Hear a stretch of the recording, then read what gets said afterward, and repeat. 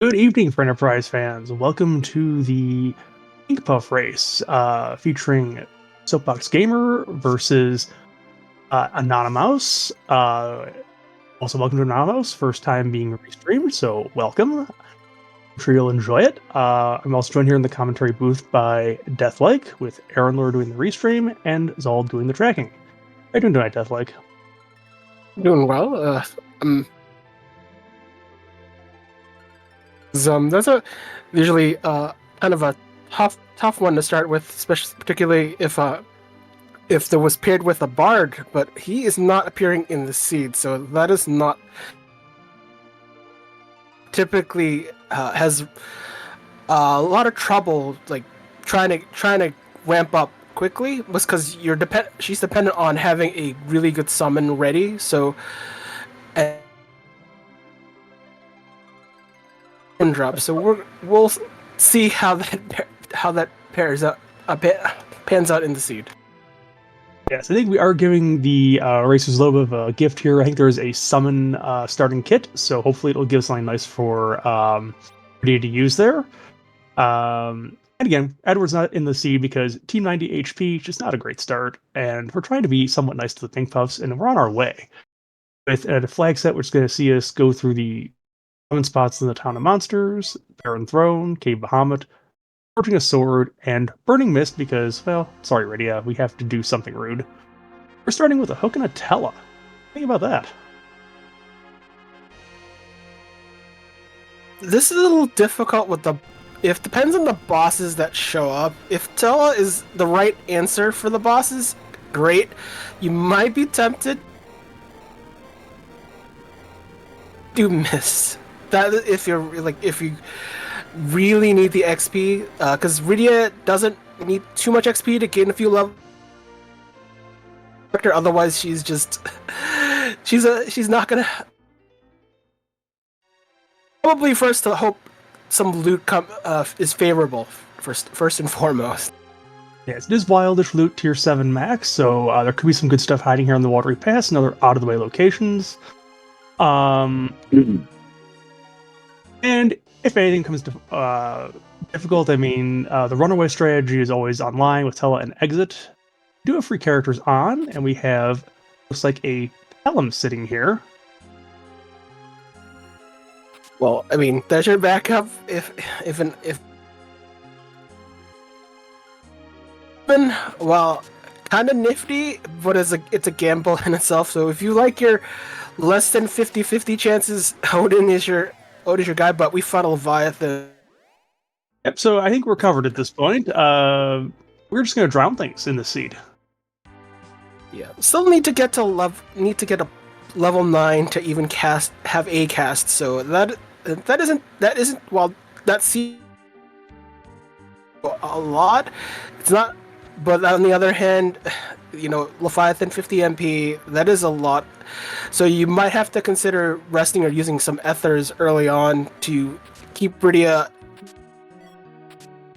as possible. We're going to check the free characters at Mysidia here. We're going to see there's Porum and there is Sid. So, Elven Sorrow in the seed. I mean, it's a good half. It's a good half vanilla. I mean, you got and so in the case that you don't want Tella, although for now Tella would be great for all the utility until you need him to be an anchor. Or you have Sid to do the anchor. Does it? Actually, since we're on hero mode, Rydia is the anchor no matter what we try. Right. So Tella's utility is going to be a little bit whack this time around, unfortunately. Yeah, there's a bunch of flags. So yeah, Sea Hero. So what Sea Hero does is that even if Rydia is dead, she still gains XP, and she still will. That also means she gains levels. So it's a little precarious, but. Well, the good news is in the event that she spends some time on the floor, which is very possible here in the early going with only 30 HP, she'll still get the experience and level up very fast. Whereas in a normal seed, you might just be putting her on the ground the whole seed. I mean, it almost doesn't matter for at least early game. So that's not too bad. I'd still prefer her to be useful, but you never know. And I guess we could have used the cash from Odin, but okay, it's fine. Having more options is better because Odin will do some work on certain enemies, like say a Mad Ogre's chest, then a Leviathan might be troublesome. We found our extra cash right there. Yeah, but first Leviathan was enough. We have second Leviathan, a Ninja Helmet, which is nice for agility purposes. Yeah, having agility, especially one, of course, Rydia is kind of relatively slow. Not the slowest. There are slower characters, but Rydia, but as a spellcaster, they typically slow and be faster is very helpful. Although the wall doesn't care. Even the wall's not bad to see here because its attacks are all physical, other than casting stone, and it has no attack power at this spot. So this will be fine. Takes a couple attacks, we'll be through it. We do see that there is a DKC sitting on top of Mount Hobs. Problem is you have to go through a CPU to get him.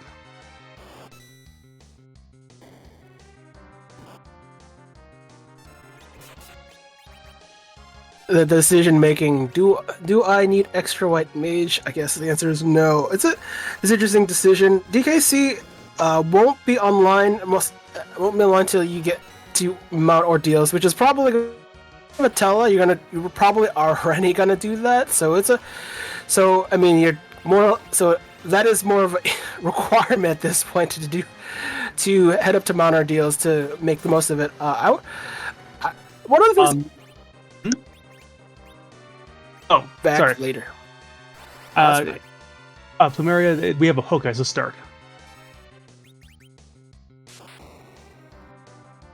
I don't think there's a package yet. This is not a required hook seed, but it probably might end up being if the magma key doesn't show up.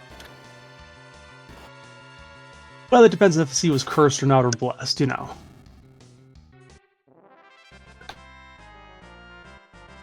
Seed, so but it's runner's choice, I guess. Or runner's hope. That's what it is. I'd like to give the runner's hope in the beginning.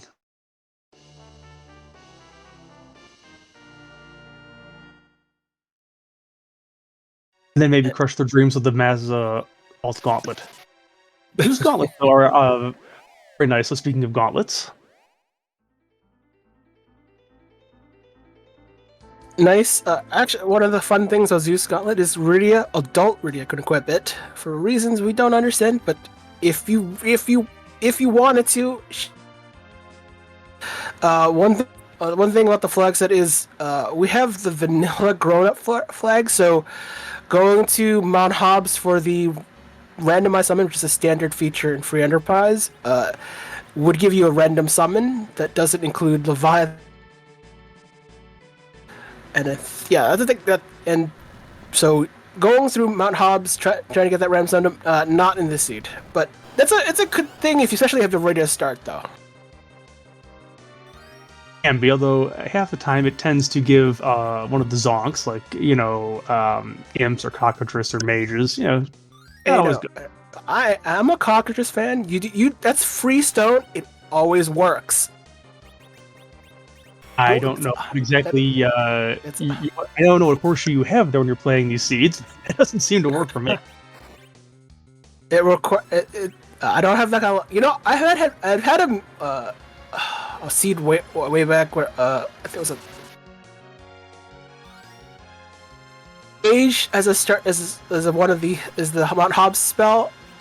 And actually was useful. Yes. The only thing about a mage that was that kinda stinks is it.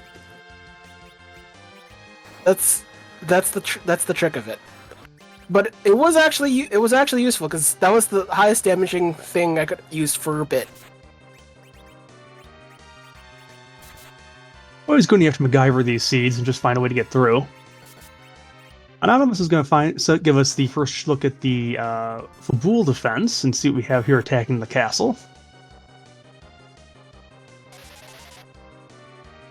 I find that the worst boss is coming early. Oh, we got it's a more vanilla. Gauntlet Yeah. attacking the castle. So, okay, this is going to be a little bit, but that DKC is kind of nice for this because that Dark Wave should get a lot of these things down.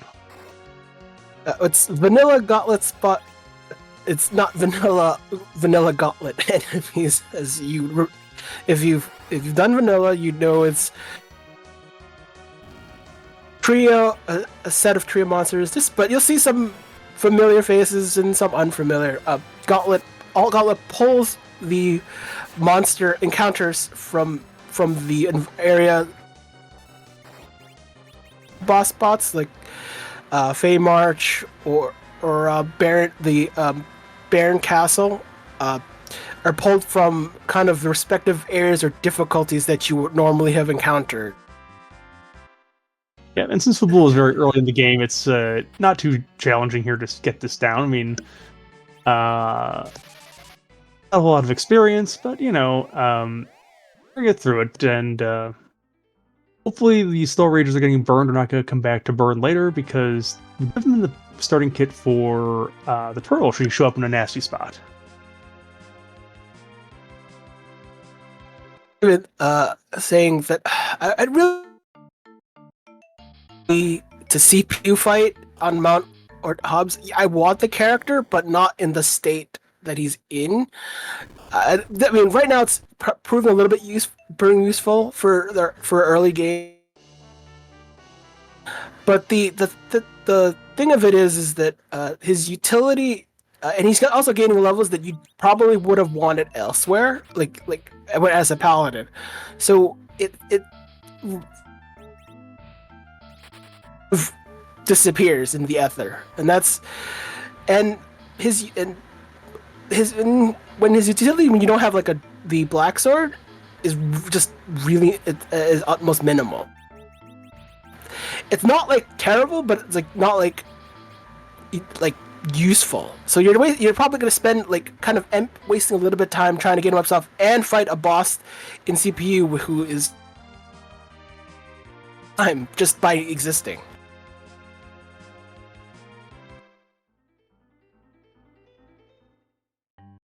Yeah, well, they're going to do Mount Ordeals pretty early. I mean, if Tele wasn't going to drive you there, Cecil definitely will, and it's not the best party to go into Mount Ordeals with, but hopefully there's nothing too nasty in here.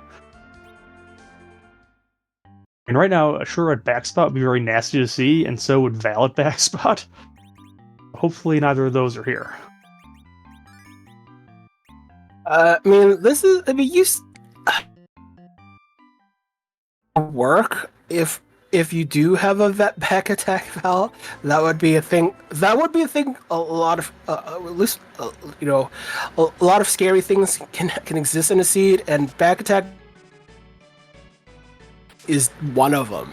So, hoping to loot like a heroin robe or Artemis bow usually solves a lot of those problems. So hoping that looting that boss doesn't show up here. Well, if you hadn't like first DKC, here's second DKC for you. But since we have no dupes on, we can't pick up a second one. Anonymous showed us in the Fabul defense was a defense sword that the Dark Knight left behind, probably because he couldn't use it. That only a paladin can use that, along with Kane. Yeah, probably one of the strongest kind of neutral weapons that Kane has. Pretty solid weapon. Of course, there are better ones, but for Kane, what's top 3 weapons, you can juggle whatever 3 you want. Defense sword is at least in that 3. That would be the best in slot for him. Hell, we have a Wyvern here at the first spot in Ordeals, and oh my! Well, that's funny. Toad. I don't think they have the answer to resolve that. You don't eat like a Wyvern. You would have expected, normal Blarg, Mega Nuke, the monster version, but that is a horrible place because you don't have a solution to that. Yeah, I mean, Tele doesn't know Toad at this point. And Rydia is close, but not there. You need level like 13, I think, level like 13 to learn Toad. I think it's like Toad, Warp, and Stop. Like 12, 13, and 15 are the magic levels. And that was I think that was a sad crime. Or Yeah, it fizzled. I think he might have called Odin there, so that didn't work out. It's not a bad try. I don't know if... Okay, so... Yeah.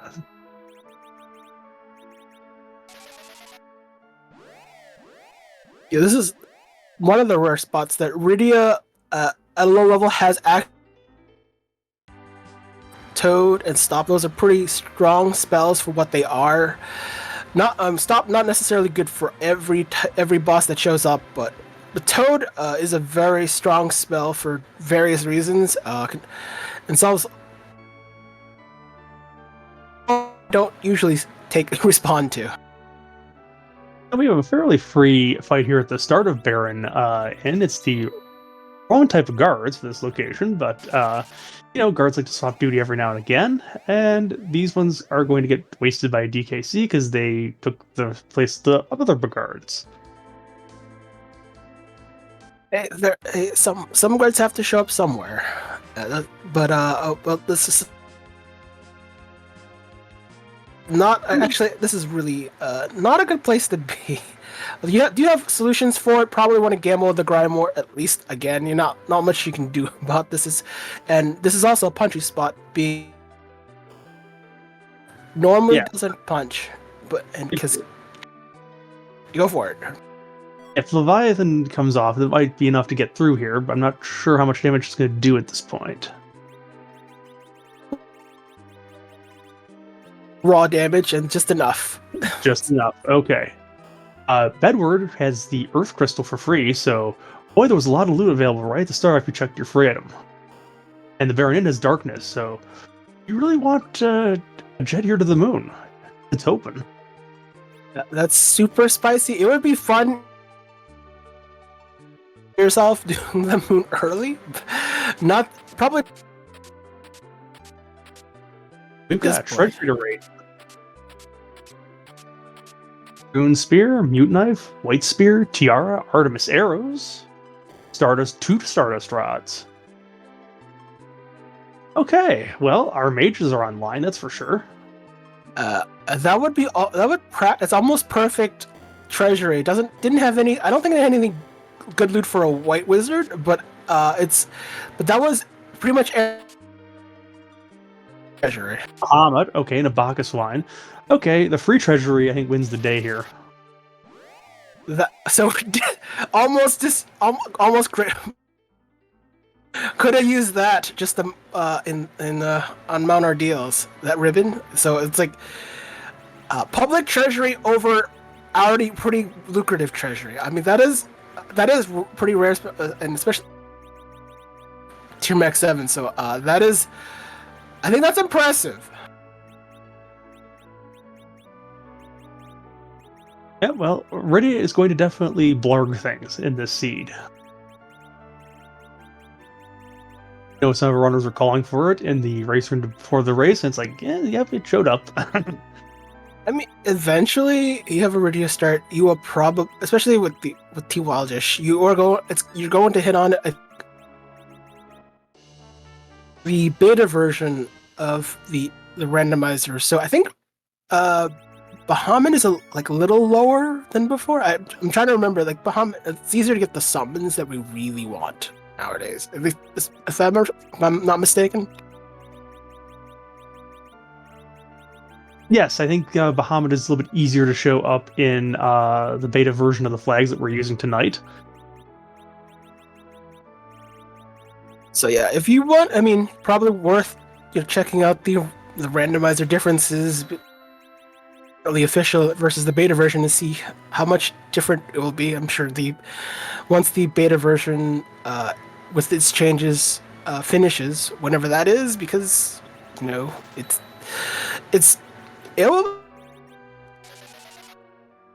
We have an Assurus here in the Troya shop.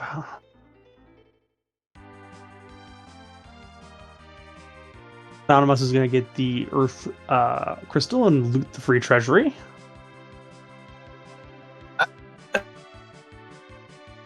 It's a very powerful summon, but you have, I mean, 2/3 of the time you'll get some healing all the time. So that's the other third is multi-life. Well, you know something? The law of averages laughs at your math. I remember this one VOD I recall where all you were getting was the purple head life 1 all day, every day for multiple tries. So sometimes sometimes the randomizer says no.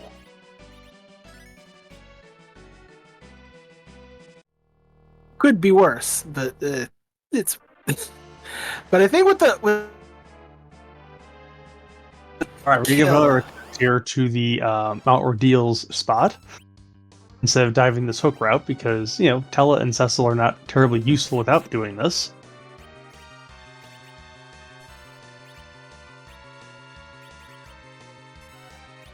And this time it failed. This is there's other.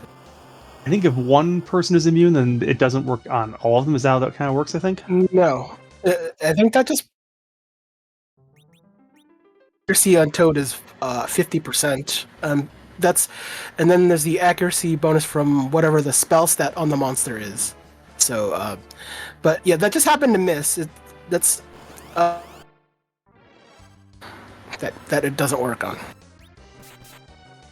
At least I'm pretty sure that's the case. It's the resistance you're talking about though is something like breath.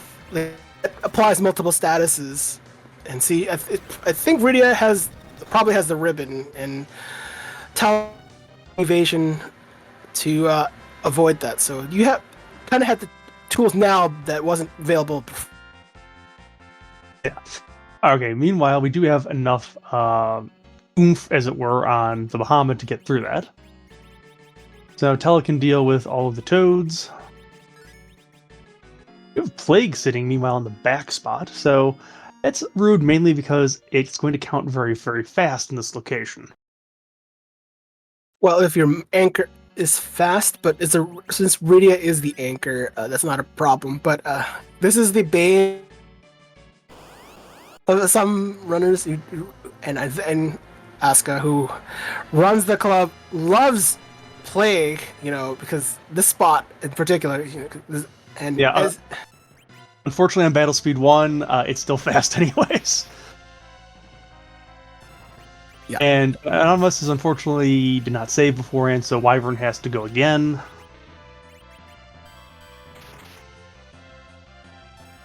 Matter of safety versus speed. So it was one of those things where when you're a runner, you make those decisions, and I don't think it makes too much of a difference in the grand scheme. But you may want at least early on when to go for the safety, especially of ordeals has been known to be a tricky spot for specific bosses, and Plague is definitely one of them. Soapbox is through that Plague meanwhile, as Anonymous is back through Wyvern, and we'll try a second time.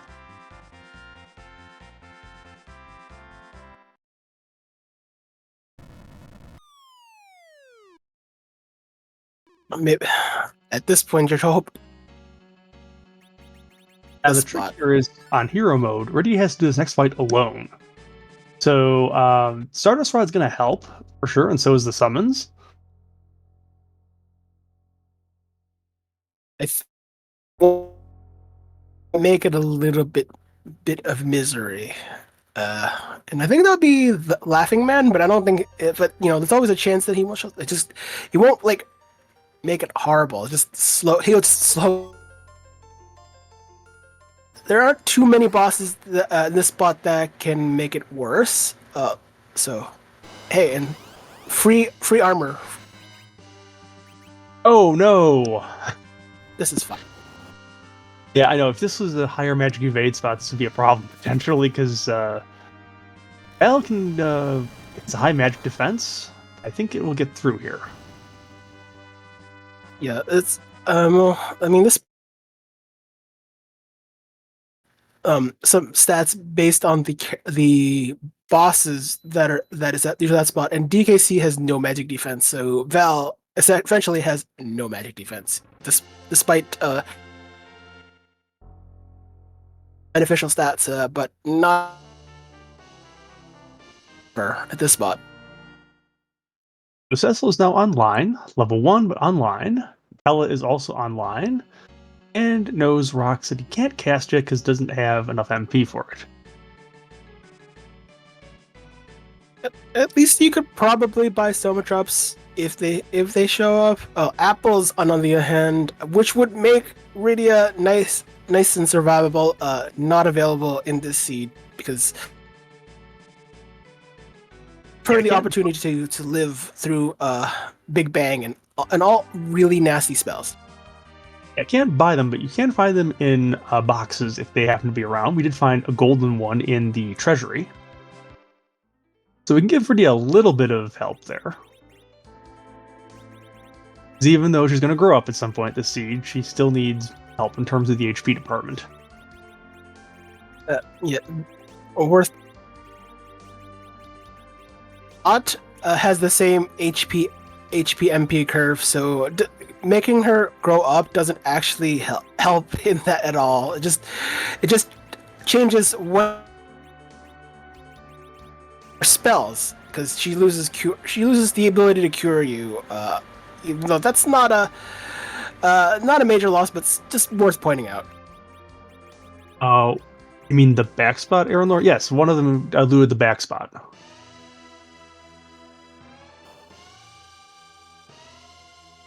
I think the best you got out of there was a Grimoire.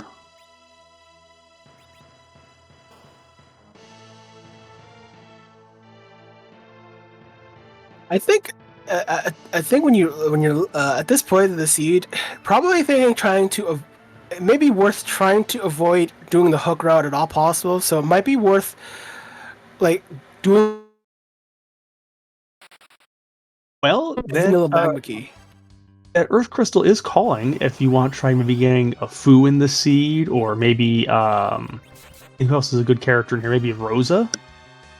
I think Anonymous might give us a look at that.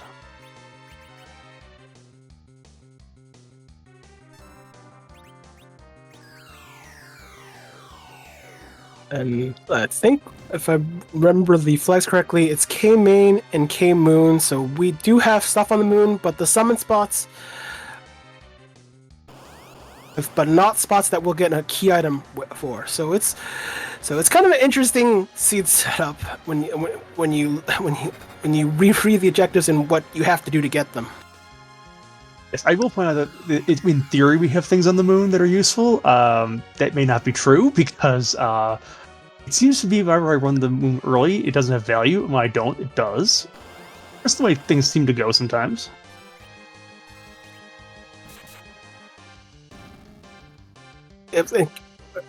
Just to do a lot of the early things you want to do is just do everything on the Earth before you do on the moon, and because there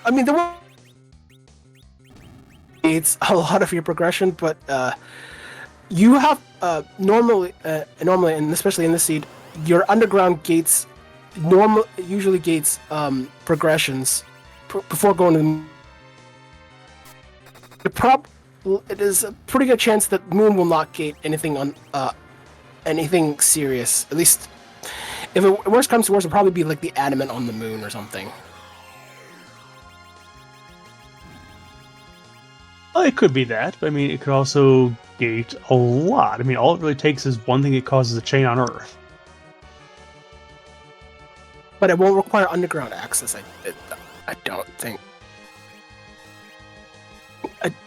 It will be interesting either way. Still, but hey, there's ways to play the seed, and you could always check. I mean, the only reason to go to Moon early is to, see what the character who's at cave value, which is Cave Bahamut. Yeah, we do have an objective up there, and I mean, You could, if you wanted to be cheeky, peek the altars and see if there's any free fights up there. Maybe there's a water hag. Maybe there's the Baron guards are up there. You know, or King Queen Evelyn. There are certainly ways to get free fights. Or there's the hairdryer's chest for the XP, especially with this group, which you want Rydia with the XP, and definitely team getting Quake on as quickly as possible. So it may even though Rydia will be doing most of the work, but having Quake get online, especially where you want to conserve Rydia's MP for boss fights, but for other fights, Palom is pretty efficient at with Quake. We see we have a vanilla trader here in the Tower of Zot, and there was a dark elf hiding at the second Dwarf Castle spot.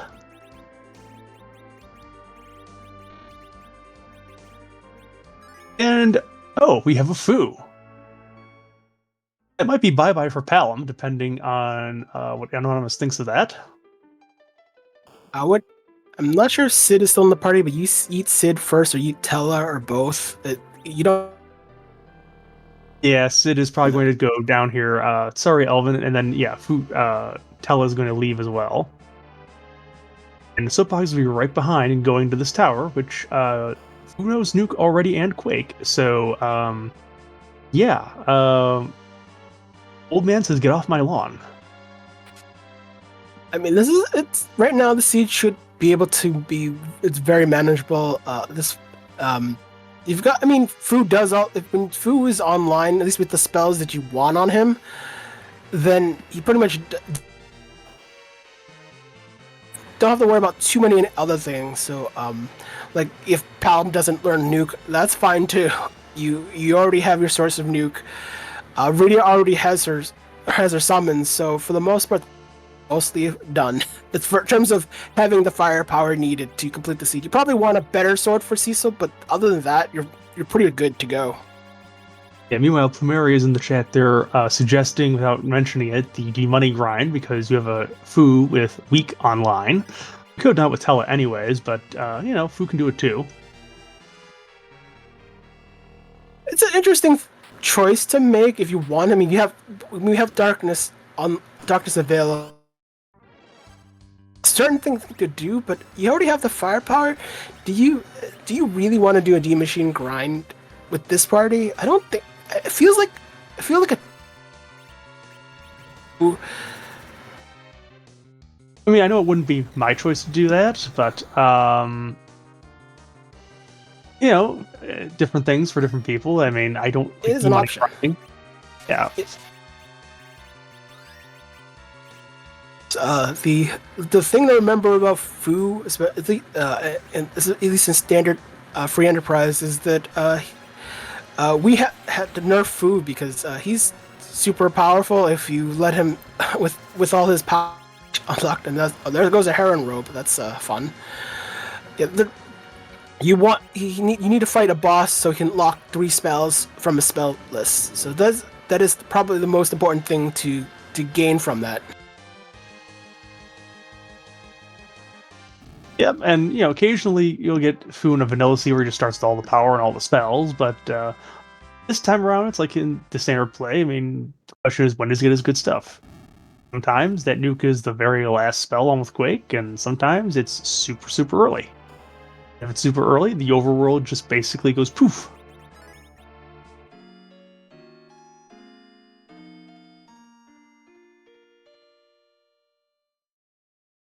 Anonymous is giving us a look. I didn't even see what that was. Was that a holy sword?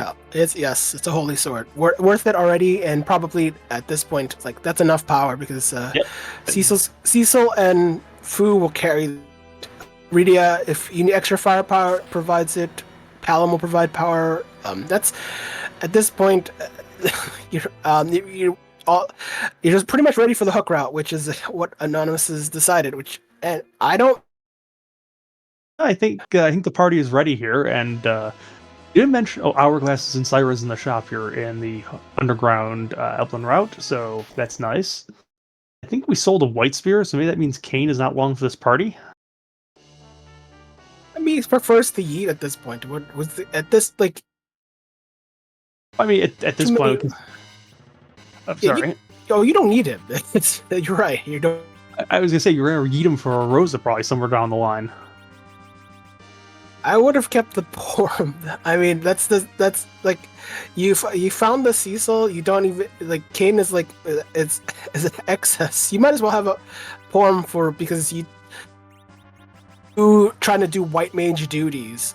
Because he's powerful, but his MP pool limits his potential, which means you have to stock up on ethers or elixirs just to restore his MP. Or so you. Kind of one of those things where, Porum probably was excess earlier, and might be in the seed, but it's one of those things you keep in the back of your mind. Do you need this now? Well, there's another Cecil here in the hook route, and meanwhile, it's like unfortunately, Psychic Kane is not an option for restoring MP for reasons that relate to Kane just not having any MP. So I'll put some Soma drops on him and just give Fu a mana battery. But why can't you give Kane MP? Why not? I mean, you can. I mean, if you find Soma drops, I mean, hey, buy 20 Soma drops, put them on Kane, and then Psych with Fu and laugh at the whole thing. Well, at least. If he still sticks around the seed, but definitely at this point, if you find a character to yeet Kane with, go for it. There's no, but I mean, if he sticks around, there is still some don't have. So, and usually it just involves jump shenanigans for certain fights. But I don't probably won't happen. But and usually kind of Val early. If Val found Val in a place where it didn't matter, but if you have a full mage party but haven't found Val, having a Kane is the safety net for your mages. Yes, Kane insurance is null and void. We've already seen the Val, so at this point, it's like Kane is sort of like Mr. Average, does a lot of things decent, but doesn't do any of them really all that well. So, I mean, healer, we'd even try to take an edge for darting things, because, no Eddie, if we find the spoon, dart that. They dart a Holy Sword, dart some defenses, There are other things that can be more useful there. I would just say Kane's restriction is really just, he doesn't get a strong, essentially, like the same kind of weaponry Cecil gets, and that's... If they had the same access to the same weapons, he would be just fine. They're about the same. They're pretty much the same as a fighter. It's just that this weapon selection just isn't. It just isn't at the same level, and that's the real difference. So, but we have an Ashura. Ashura is an interesting fight that the in terms of offense is if you deal damage to her. So, the smart money is always to. Well, there also is that just Nuke Rod of Existence. Have to do that. Yeah, you do that. And I think we only have like three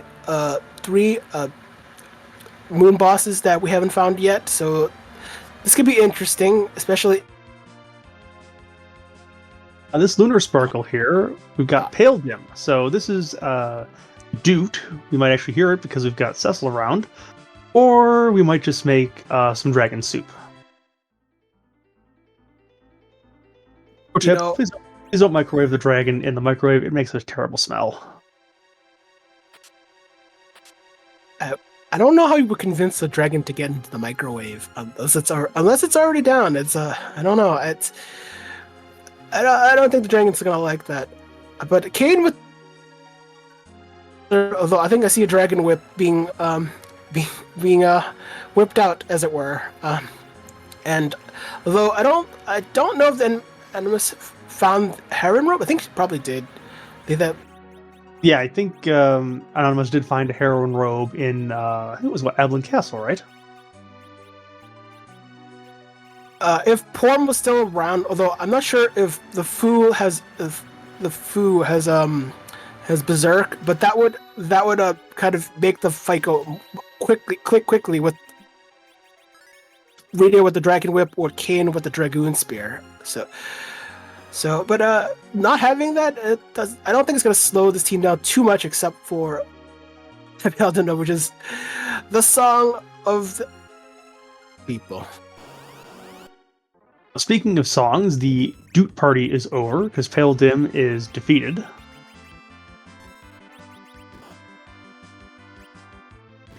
Soapbox is going to take the Staleman chest, hoping for something good out of here. It has hourglasses, so this is a nice little bit of safety net because these punch a bit hard and can put people to sleep.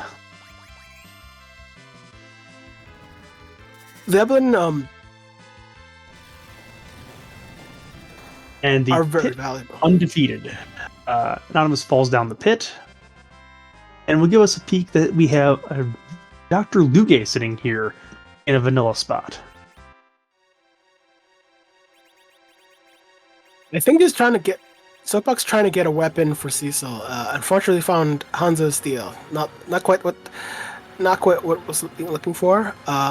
So I at this point want to be the designated berserker for the fight. Well, I think there's a defense sword, so that shouldn't be a problem. But I think what you saw, the swapping in the dwarf axe, is to back row glitch exists because putting on a back row capable weapon doesn't get removed as soon as that weapon gets removed. So it's a feature. It also means that a programmer didn't bother to check their work at some point 30-some years ago. I'd say the tools probably for the game at that time probably weren't as they are now, so don't ever happen. It's one of those. It's fine. Just ship it. Yeah, back in the day when it's like you shipped out a defective product, it's like, okay, recall it and we'll stop selling those. You can't update them remotely. Yeah. Nano's popping some eggs here to get some levels. Doesn't have the XP bonus yet, but this is never a bad idea, just to get some levels, get some HP. It's all good. Welcome, Xeno, raiding us with a party.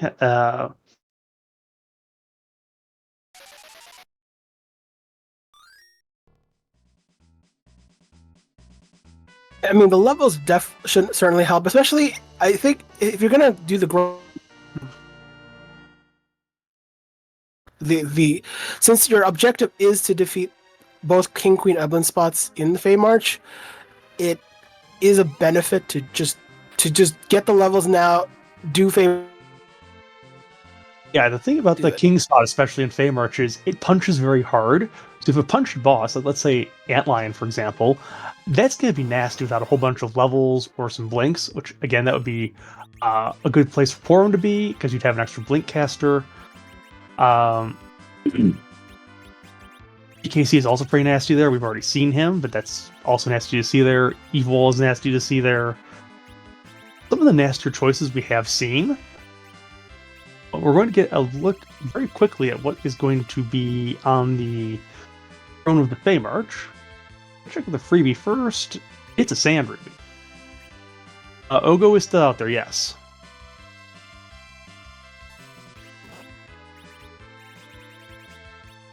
Okay, we have more Bacchus wine for sale here in the Fey March.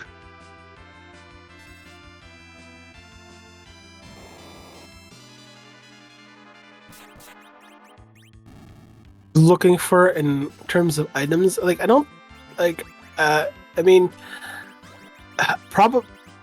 you've gotten the best weapon for both our characters. Maybe looking for some armor, maybe. Well, I mean, firepower. I maybe looking for a curse ring. Maybe that's about the most you could go on to look for.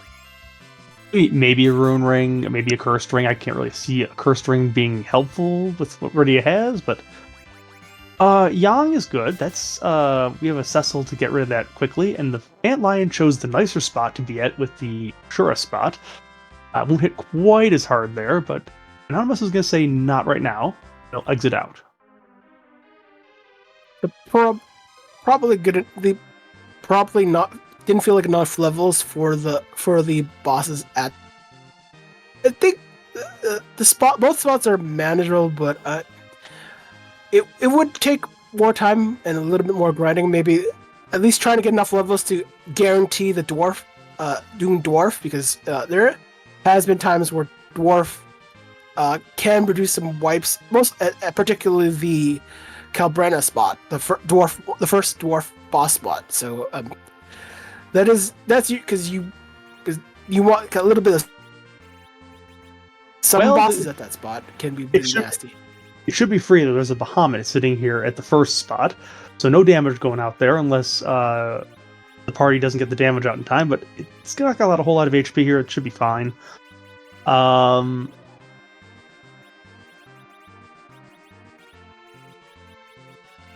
mean, if you do let the boss blarg, well, then you don't have a bad day.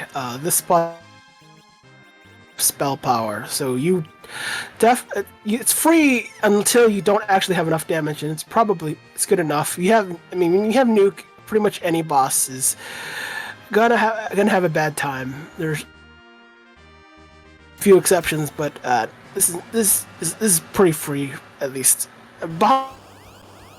Yep, down it goes. Let's see, Subbox is rounding out the hook route. Did find a power shred on the way down. Yeah, and Anonymous had turned down the battle speed to 3, so that helps a little bit. Gives you a bit more time to get actions in. Oh, we have another food at the Dwarf Castle in case the first one was missed. And here is a Dark Elf trying to steal a different crystal because the Earth Crystal plan didn't work out too well. Lowering battle speed is kind of important, especially if you have mages, because you sometimes need a little bit more time to select your spells or to select commands.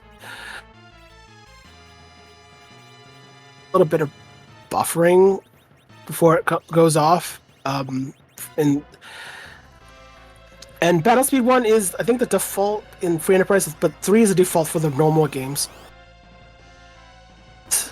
In favor of the speedrunner, but it's just kind of it is something to just pay attention to if you're thinking battles are going too fast for you.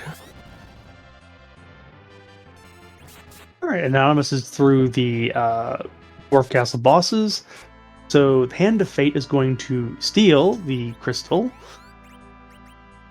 Although, since the warp glitch is on, it's not going to do it perfectly. It's going to actually just leave it behind, and we can just warp back and get it. Warp glitch, the developers use the same room here for the Dwarf Castle as the Sealed Cave. So, by using warp, you just go back to the last room, and hey, it's still there for you. It's a fun glitch. I mean, it have to.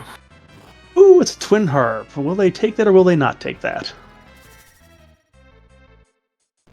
Definitely want to keep that for the even if outside of the even if twin harp is nothing, but you want getting more key items for the double XP is probably crucial, at least at this early stage. So. So I think more than halfway there for both our runners, or at least one of our runners at the moment. Yeah, collecting key items.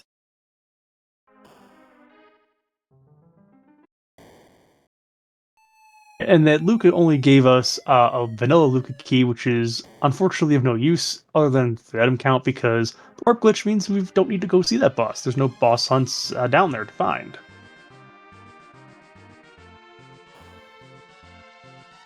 I mean, if you don't have the boss hunts are usually do is if no free key items are enabled. Which, if Bedward doesn't give you a free key item, then it's D-Mist. Defeating D-Mist and then visiting Rydia's mom in Mist would give you. That's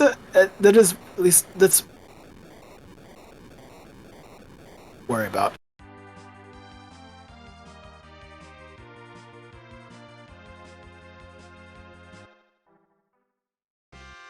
I asked if we knew what the names of the other 3 underworld crystals were. Unfortunately, as far as I know, they are unnamed.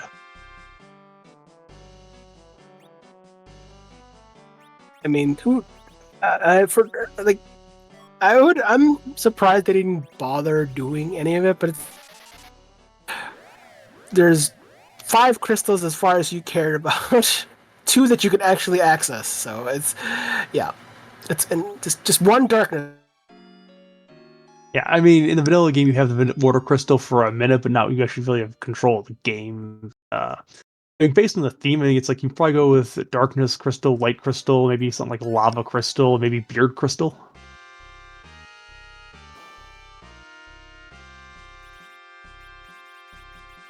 Crystal, that's what I want.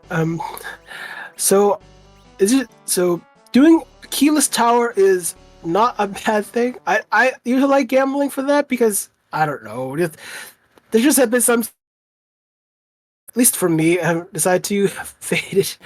It punishes, and there's times where you get the vanilla key item to do the super cannon immediately after in the same build. There's it's just one of those things where it's a gamble, you take it or not. But I find that doing this more often than not is on, because then is more of an incentive to do it.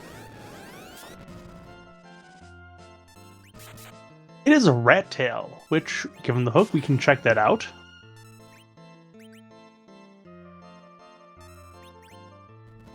It'd be really amusing if the rat tail turns into the tower key, because that means you have double place. We have commentators curse happening. I want that to happen at this point, because there are just sometimes some seeds where you have to triple dip a specific location, basically working against route optimization. It's fun. It's interesting. Yeah, there are plenty of route optimization, and when you play more of the randomizer, understand what route combinations or routes look like, that anything that ruins that flow of making everything flow your way just work. It'll happen every so often in the seed.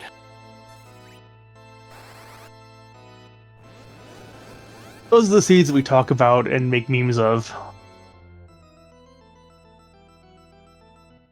Anonymous is going to give us a setup of Sheila 1, because we haven't seen the pan yet. Most of the checks are down at this point, so is another chance to get to maybe 10 key items, because I believe they're sitting at 8 right now. So yeah, it makes sense. You really don't have any other options. I mean, do you want to actually go to the moon? You might as well do this. You've kind of exhausted all your. Might as well try to do Sheila 1. Probably want to turn in the tail first, maybe. It's one of those things where if Sheila gives, like, say, the pink tail, then you want to go to Sheila first, then turn in the rat tail. Or if you turn in the rat tail, then you know that it's one of those things. yeah, maybe Anonymous is doing something smart, leaving a save spot right by the Fey March, so in case Sheila is a zonk, and so is the rat tail, we're just going to reset back and go there. I've seen a lot of, like, Fey March boss caves that have a case summon, or sometimes it doesn't, and this one doesn't. But since case summon is not on, so the bosses won't. Telling the boss won't get you a key item, and that is, kind of makes your decisions, make those decisions kind of interesting, at least. Yeah, all of our 6 objectives today are dead ends, as far as none of them will give a key item. Oh, it's a Legend Sword, so that's kind of required. That'll finish an objective off.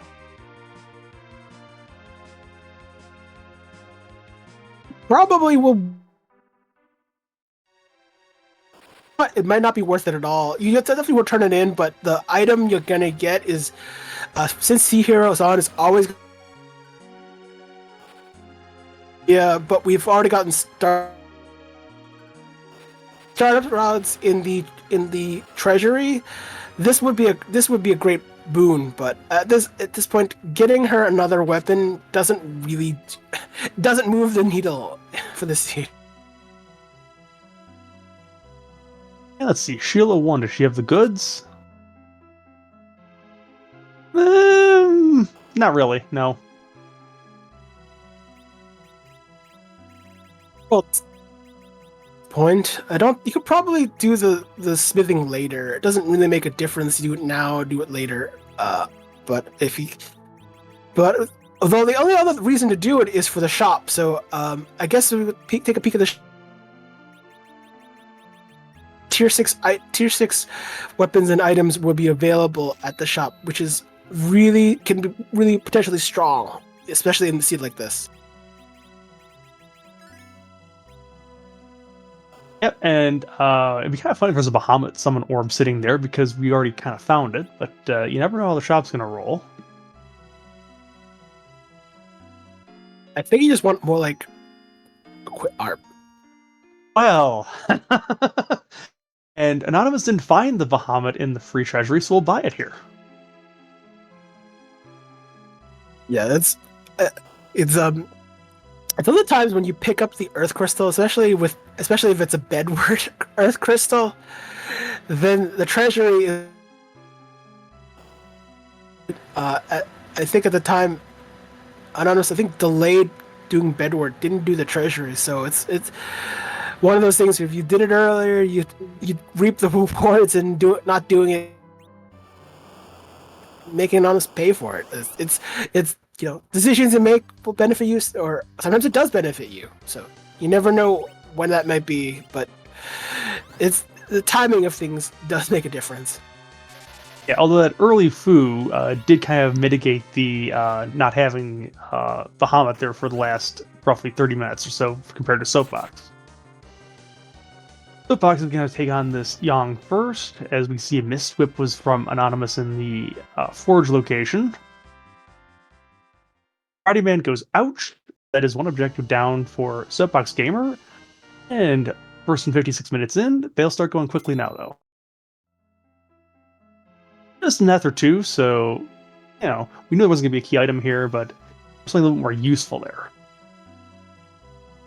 Hey, you need that. All the efforts you can for the foo that will cast all the nukes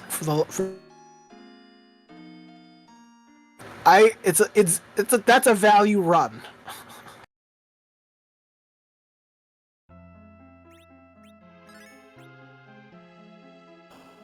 We need the other two for the D money that we're not going to do. That's right.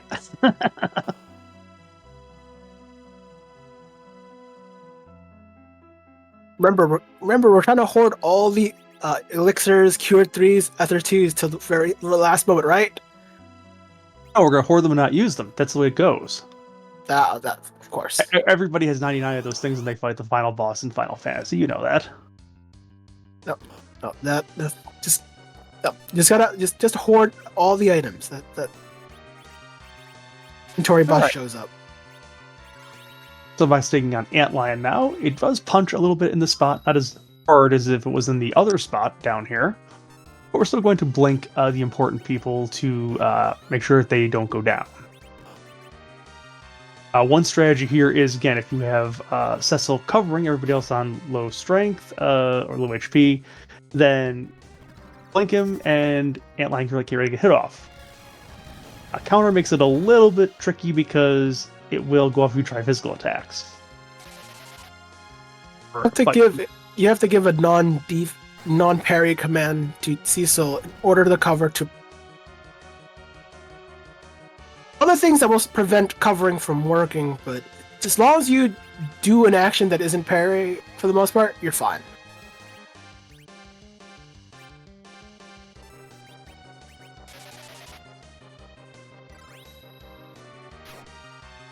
Alright, Anonymous is through the Yang, so that will be a light up there of an objective. Who is being the Blink Master today? You're just going to blur this Antlion out of existence. the answer to many things. That this is one of them. I feel like I don't know. I'm not sure. I wonder if a Porum would be better. You'd have all the blink you'd ever need, but I don't think it's at this point. It's negligible. You got. I mean, Kane is doing free damage because he won't trigger the counter, and that's kind of a nice thing about jump that doesn't happen, but that hurt. Pooh goes down, and then you are answering the question of how many blargs does it take to get to the center of an antlion? Looks like the answer is about 3.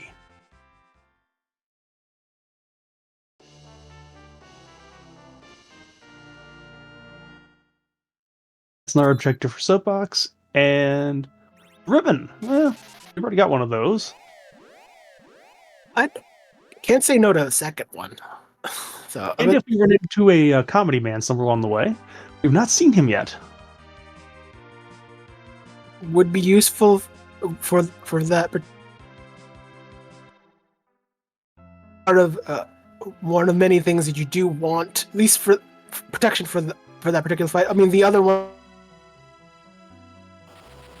actually would be the Heron Robe, because that would give you protection against paralysis. So, and we have seen at least one in the seed. So, and Rydia can equip it, so that might be worth doing. Although, it cause other different issues, especially with agility and manipulation at that point. Yeah, we see that Anonymous has chosen to take the Cecil cover strategy against this antlion, which is working out so far. He gets some heals there soon, but it goes down. So we're done. There's 3 objectives now for Anonymous. Just needs 2 more. We have access to Cave Bahamut. We just don't have access to the Iron Throne or the package location yet. I believe you're out of checks on the Earth, so we're going to have to go to the moon. Yep, it's that time. I think cover strats are interesting. The most important thing to remember, covering depends only on who he's covering, which row, or even what row he's covering. It's always so. If Cecil's in the back row, he will take back row damage to any character he's covering, and that's important to note. The accuracy from monsters, as they'll have a tougher time hitting, but also the target in the back row will have double defense, and since Cecil usually and such, at least in standard ways, if you try to equip him, that double defense will negate a lot of damage. Yeah. Meanwhile, Aaron Lore, I have no idea what you're talking about. There is no other check on the Earth we have to do here.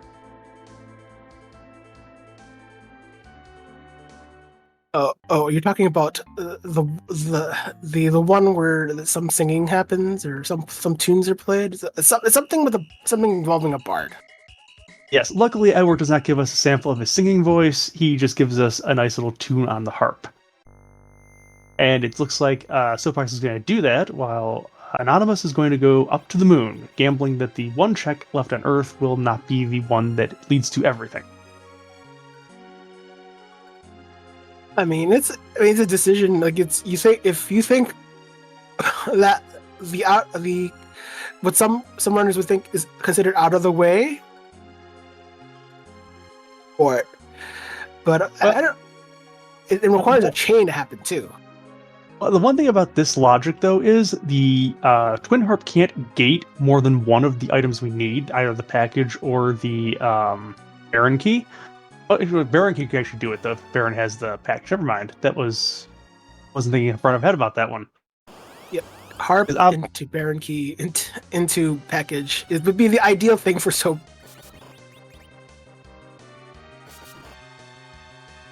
Anonymous is giving us a peek of cave value, so before we get into the music part of this, we're going to see what's down here. It is a water hag. That'll be free. Still have to survive the hits, but it's pretty much hit 3 times because reasons. But yeah. Well, Anyways, speaking of reasons, it is time for DJ Spoony B to take the stage here. So, while he gets set up with his harp, we are going to be quiet and let you listen to some wonderful harp tunes written by the, I think most were written by Xenocat, but some other contributors too in there. We have hundreds.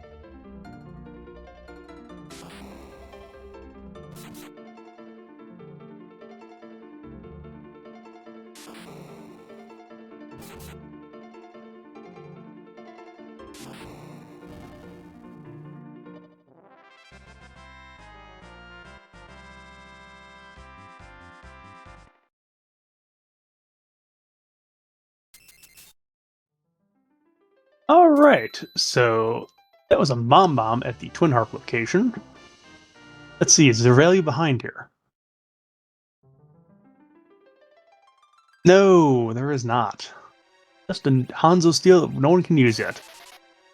I did at least enjoy the Lufia tune. That Lufia 2 doesn't matter. Yeah, the music was the real value that we had behind here. Anonymous did get through the water hag while we were listening to the tunes, and is diving the LST going top down, so we can see the Mura altar first.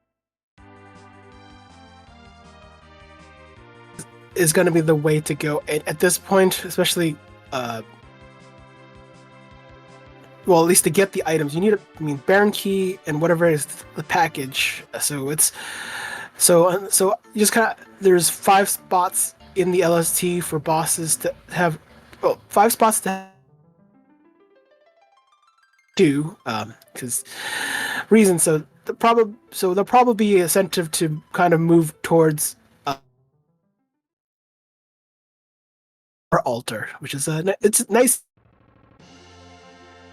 And we do see that there was a Porum sitting on the moon altar, so Anonymous decided that it's time to swap the cane for the Porum at this point.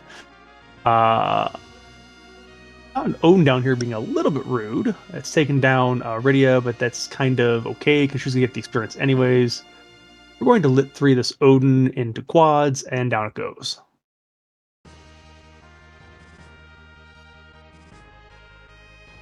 I mean, the extra difference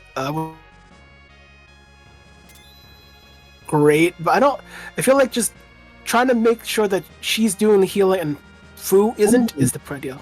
There is the value. Baron Key. We're out of this moon, I think, at this point. Yeah, I think it's definitely worth the gamble to get out and then pot providing.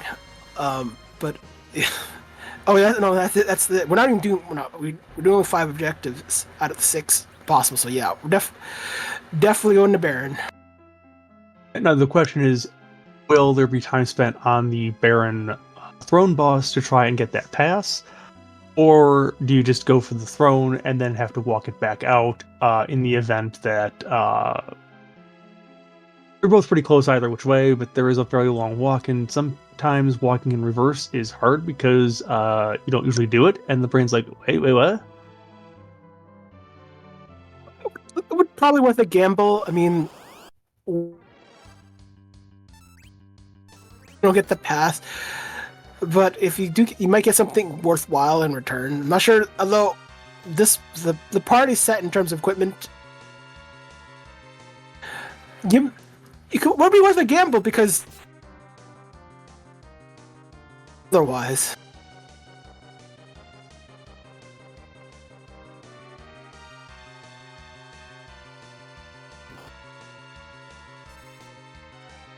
Alright, Soapbox is taking care of this water hag to get rid of the objective here.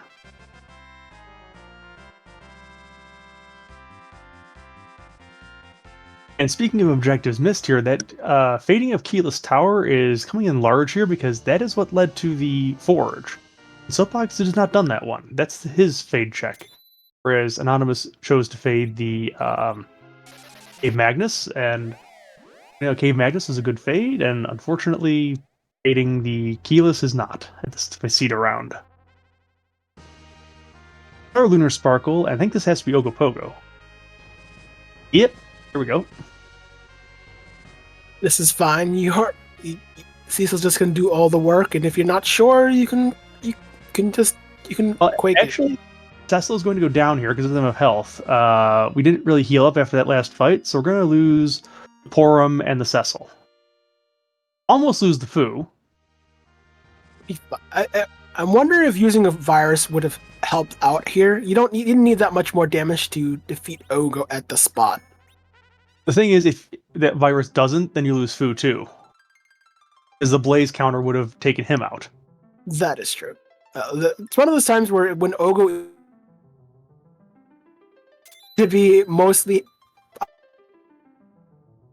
And we are going down to the throne here. Anonymous hasn't raised the party. Hopefully they do that before peeking what this is. Okay.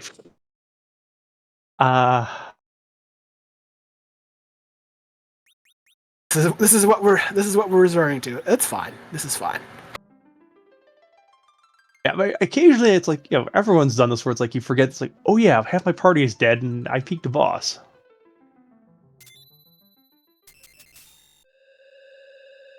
See, the Ether 2 is gonna come real handy if we decide to use it.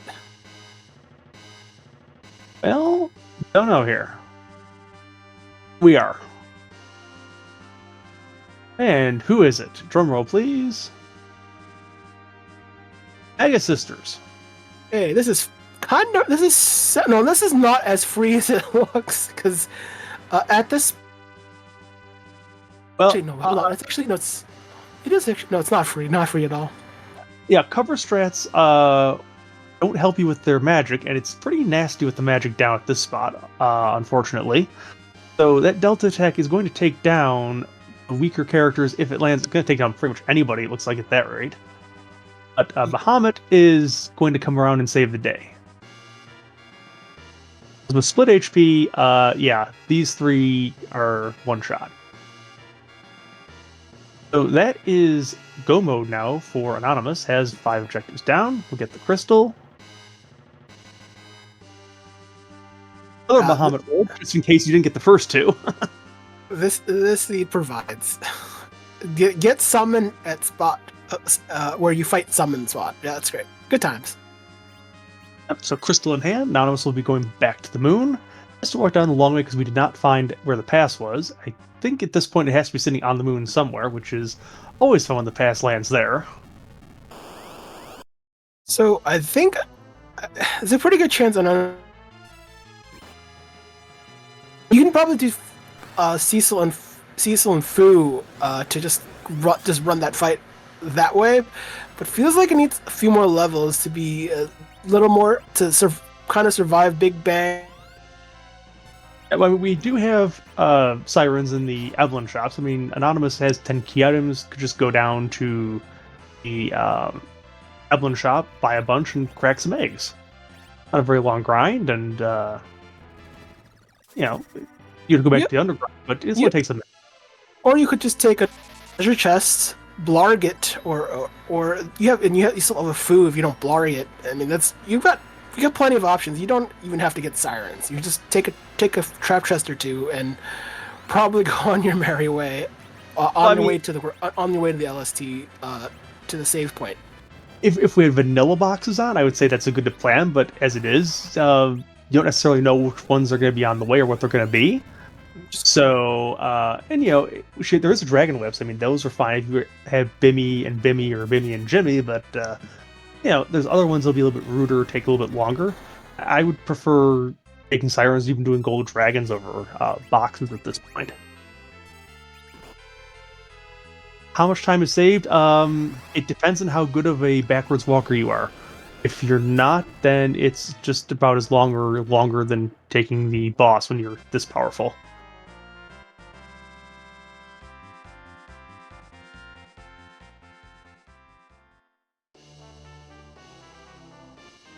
Alright, we do have a white spear altered down, so we're going to see if there's value here. Oh, there's the package. So, good news for Soapbox.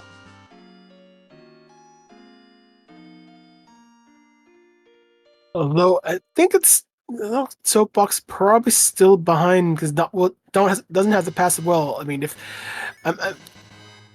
the real problem here is that Soapbox did not start at the top, so it does not have the Baron key yet. So still is away from go mode. And if the logical play is you're going to finish off Masamune and Ribbon Room first, and they're not going to have value. We know they're not going to now. That is the only thing that would catch up, allow Soapbox to catch up, is if you stumble in the past, but it doesn't negate the time spent to killing all the other boxes that probably weren't necessary for. Yeah, so I mean, the way this is looking now is Soapbox is probably going to need at least a wipe or two from Anonymous to catch up on this one. Again,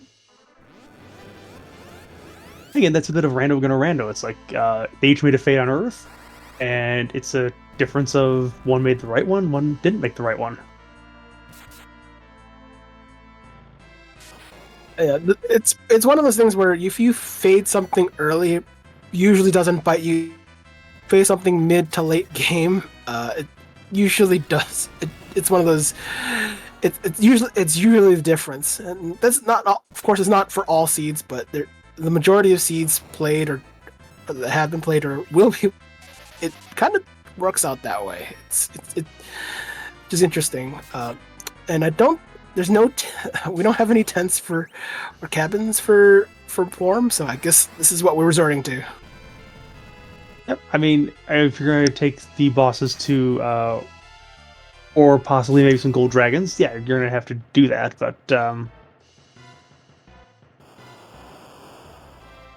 we're doing gold dragons because I think there are hourglasses aplenty in Anonymous's inventory. So, yep, there are 5 of them. Plenty. It is worth pointing out in the same lunar dais where you usually pick up vanilla foo,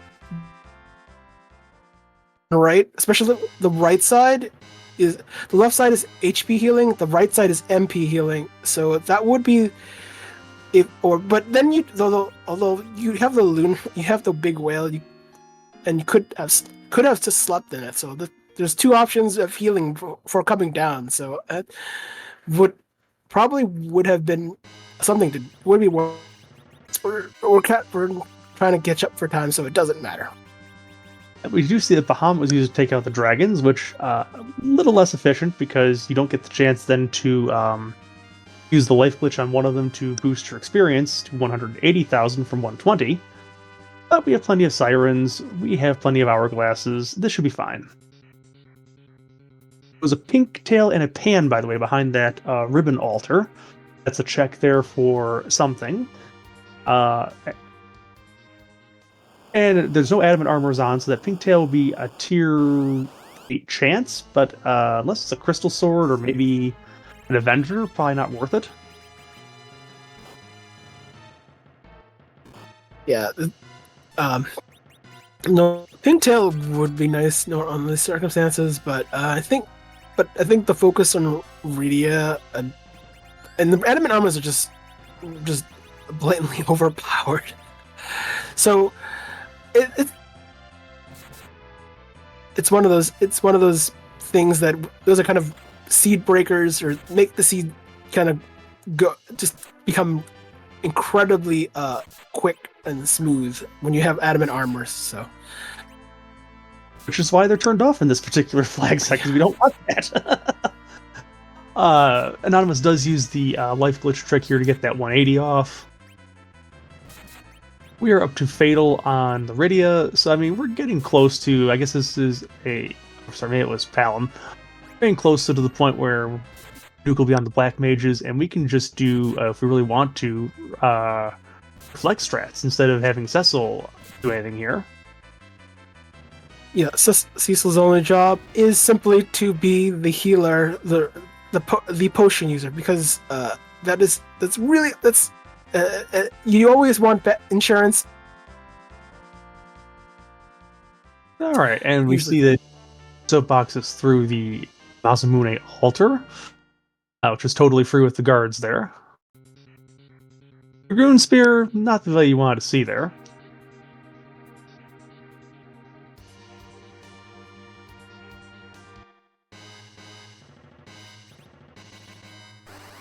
Anonymous probably will take, I think, probably one more dragon fight after this one, and we'll probably then be going on to take on Z.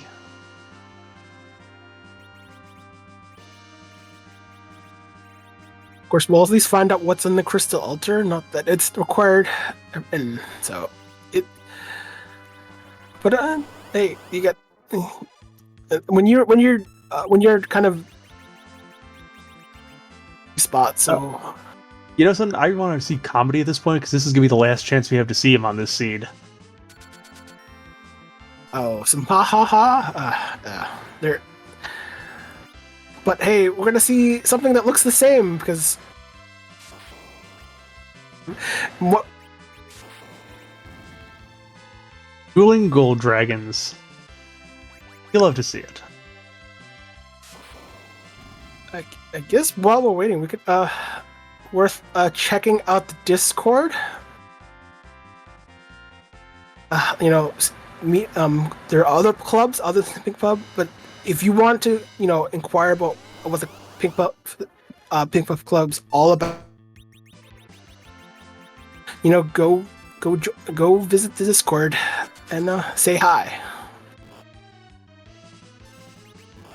And once again, a shout out to our restreamer Aaron Lore, our tracker Plumeria Knight, and go check them out on along with our racers, Soapbox Gamer Anonymous.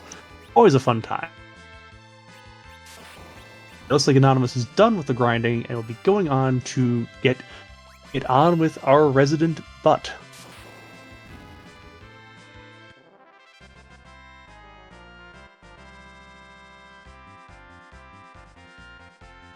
Always worth doing the life glitch. It's also the basics is if you use the life potion on a target that's about to die, you get basically kill it again effectively to get one more. That's just helps with the XP, especially for the late game grind. Oh, and of course you need 2 monsters on the screen to be able to do it. Otherwise, it's not possible. As last monster means the end of battle, so you can't do it on the scrambled eggs. Speaking of scrambled eggs, though, I mean, even though I don't see anything in chat, it's getting time for our last fight here. So Thermos has got a script where it's very inconvenient to put him anywhere else, just because Big Bang is kind of rude no matter where it happens to land. So by default, we don't happen to move him around. We just decide to say, okay, you can stay right here. But we had to get something out of Z as a concession. So instead of doing the vanilla sprite, because this is a randomizer, there's several hundred different sprites that we make Z turn into instead, just to give a little bit of spice to the fight. And you want to do the honors there, Deathlick? Oh yeah. Whose butt are we going to kick tonight? With added questions like, does it have a hat? Does it have a butt? Or in my case, can't do financials. Crystal Altar was a spoon.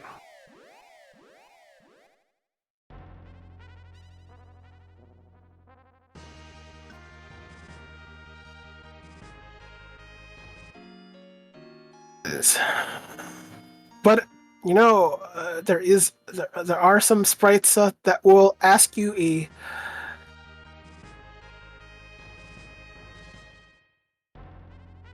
Well, we're going to see what this sprite is now, because the crystal is loaded. It's ready to go.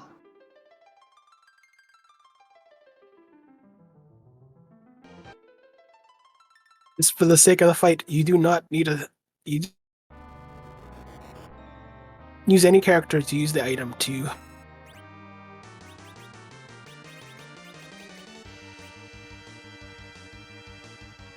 Oh, that's Gargamus. Okay. I'm not sure if old Smurfs theme song out of my head, so I think the seed is done with me.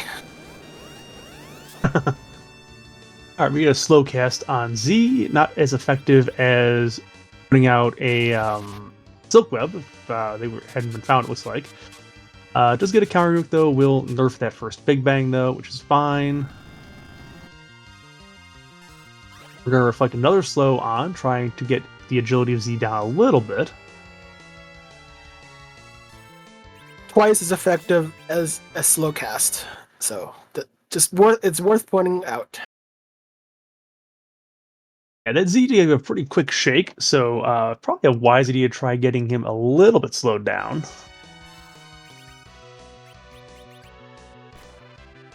Looks like we are having a minor stream glitch with Anonymous right now.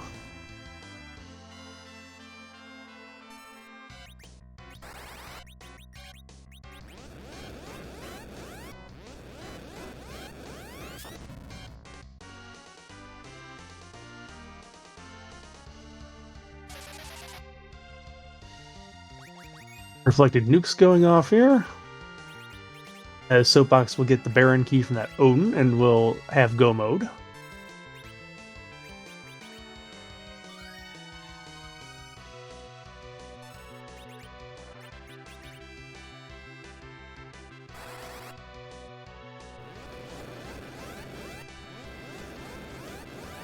Inventory boss rears its ugly head.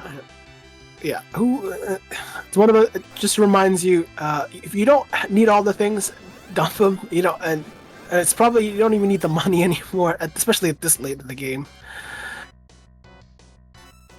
Well, if payable gold was the thing, we could always drop money on that, but that's a wacky flag that usually isn't on most times, and not on tonight. We'll give a heal up to the party in preparation for that next Big Bang that's probably coming out pretty soon. There's a shake.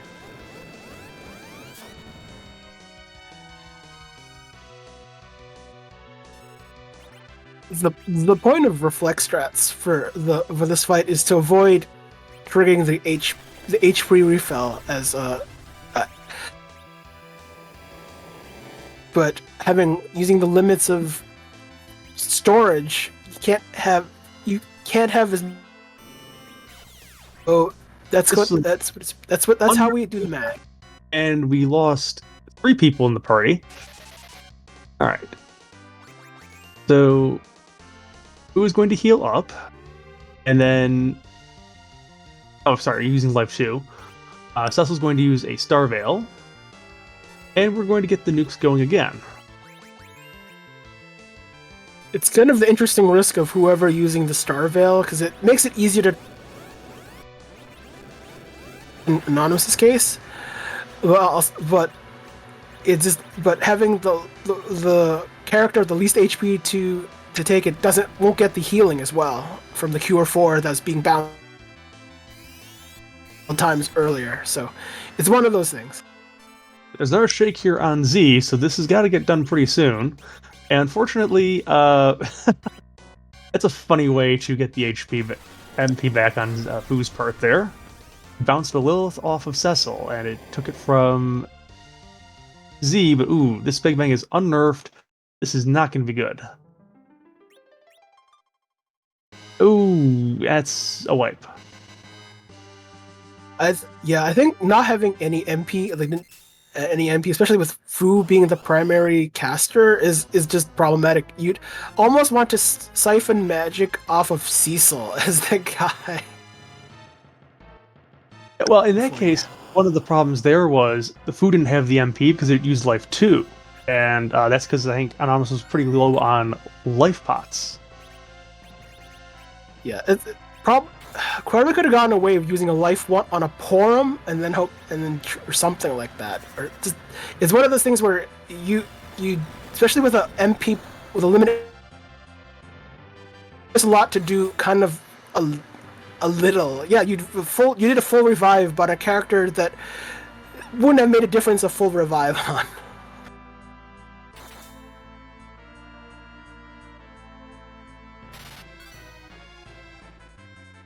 Because then if you did the siphoning off of even a mage character, you'd probably steal off some of the MP instead of trying to siphon off of Z, which is when you're trying to do offensive magic on yourself, it actually treats your character as having 0 magic defense, and it's an interesting characteristic. So even workers have that. The MP magic defense and taking all the MP that whatever left of for that character. So it's an interesting trade. It's just to kind of think about as a strategy. Yeah, meanwhile, I'm just take a wipe on that Leviathan here at the Ribbon Room, probably because there are no real curatives or consumables left to heal the party with, and it's causing a little bit of a problem.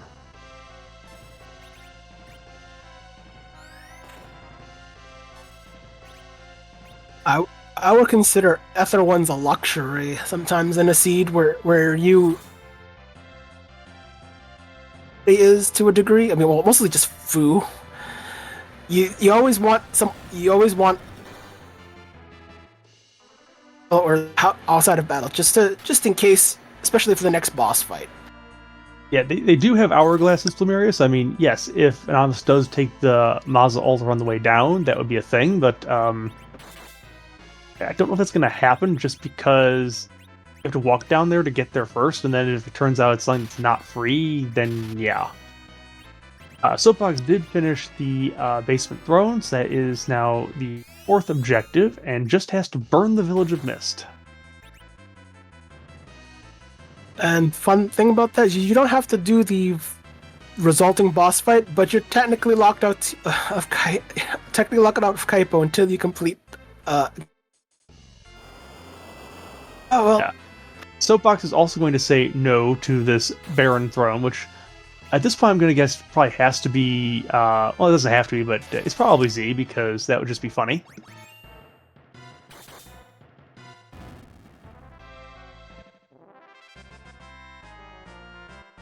Yeah, unfortunately, exit's not going to work here because it would put you back into Baron, I think, at this point.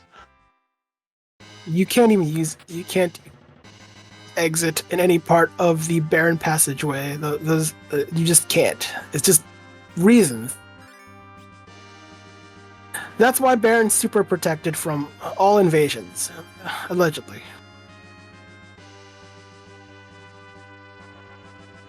That was just a shot at anybody who got close.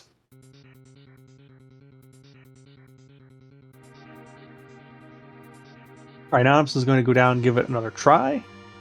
Give us a stop on the Maza altar just to check it.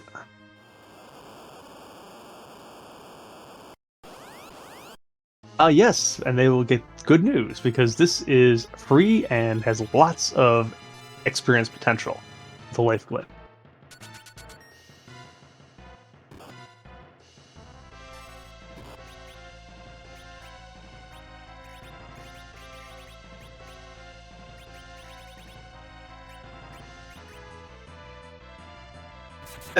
It's one of those rare moments where I'm not sure, forget if Anonymous has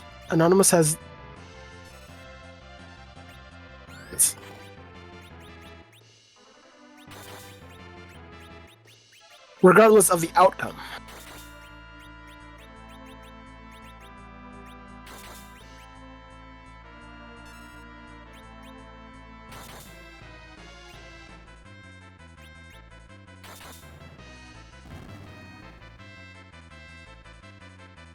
It would be nice if we had one Life 1 cast available for this glitch. But, oh well. I think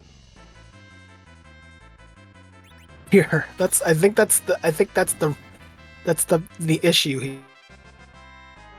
Yeah, there's only one life pot left, and that is for emergency Z purposes. And Porum can't cast a life one. I don't think there's no MP left.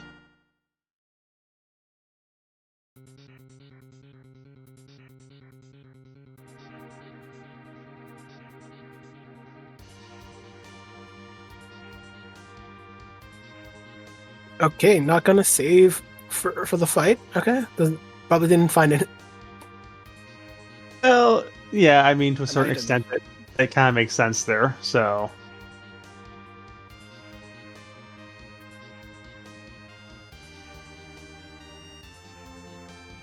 I would just gamble chess. Gambling chess, just if you don't get the item you want, you still have another opportunity to getting at least a curative item at some point, or fighting a monster to get the XP. Not though, I don't think XP is what on. more HP is always a good thing, especially when you're kind of close.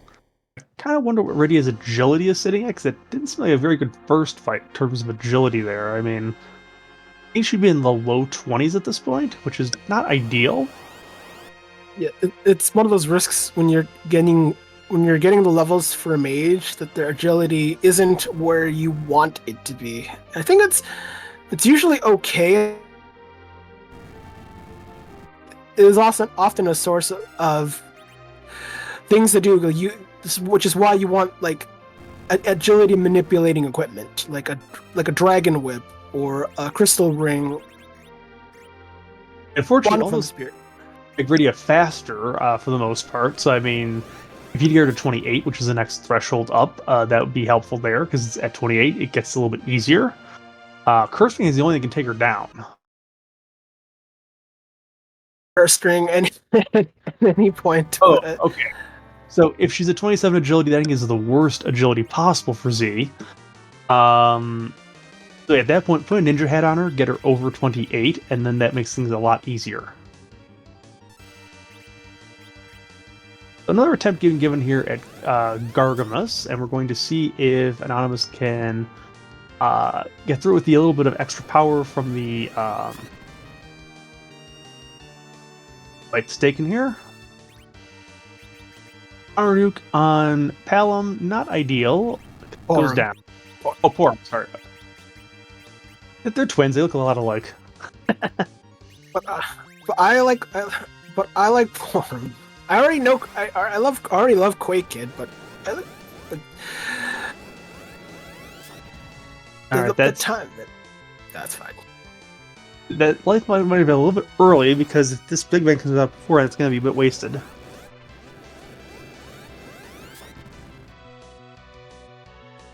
It's one of the things you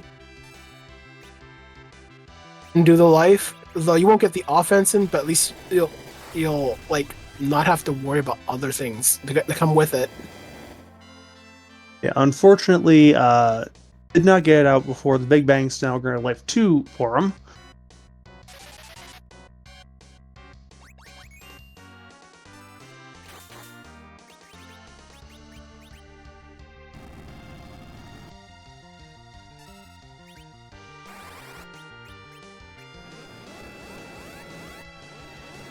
There's a shake going on here, so Z is pretty fast, even so. But I don't think this time. Yeah. This sequence didn't have any slow, so Z is going at his normal. It's normal speed. So I think that's probably changing the math in this equation, really. Yeah, a little bit. I think that also getting a couple extra levels on Rydia means she's probably closer to 27 than she's got to Nuke, which is 25. I think the battle speed is 3. I don't think Anonymous has changed it. Soapbox is getting into the fight, though. Big Bang is nerfed. Does take down Palom. Yeah, the safe threshold for nerfed Big Bang is 1200 HP. So when you're under, not so. Yep. So we'll see what strategy Soapbox is going to use, because Soapbox did keep that cane, which means I think hybrid strats are more on the table here for Soapbox versus Anonymous.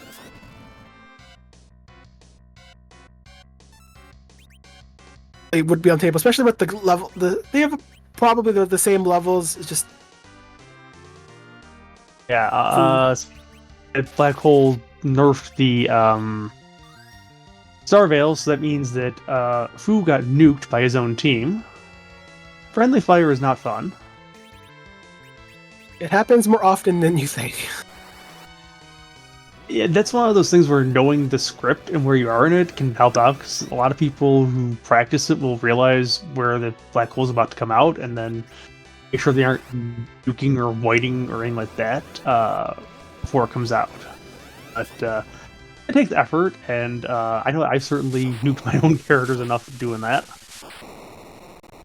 It's a bad time if you actually learn white and use that. Looks like There's a crack in the boom. So GG to Anonymous, first to finish on Restream with a finish time of, looks like, 1 hour, 39 minutes, 37 seconds.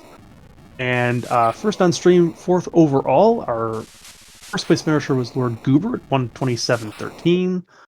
Then Narrowcod 131.22. And Falger at 133.56. So GG to all the racers tonight who are joining us, and Anonymous in particular for allowing to be restreamed. We'll see if Anonymous is available for an interview.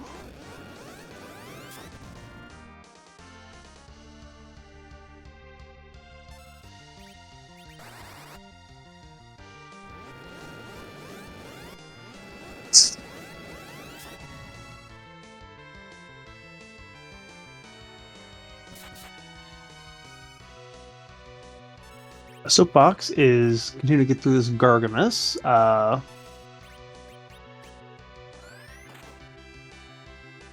Is going for the hybrid strategy. So we have to get through the whole 120,000 or so HP. But it's probably a little bit safer just because there's lots of HP on that Kane and that Cecil, and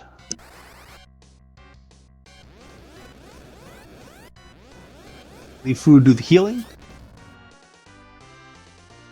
And the only way to Zerk through that the reflect is actually using the Bacchus one. It's super valuable for that purpose. As Berserk can be reflected normally. Reflecting why would be kind of a very weird thing to happen, but stranger things have happened in the world of Final Fantasy. There are strategies where using Berserk on your enemy is a thing. Yes. Just not in Free Enterprise. The Maga Sisters would be a good example of that, right? Yeah. Well, it's fine.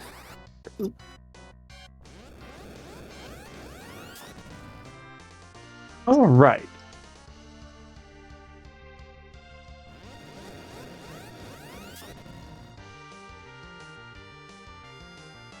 Nine's always fun to see.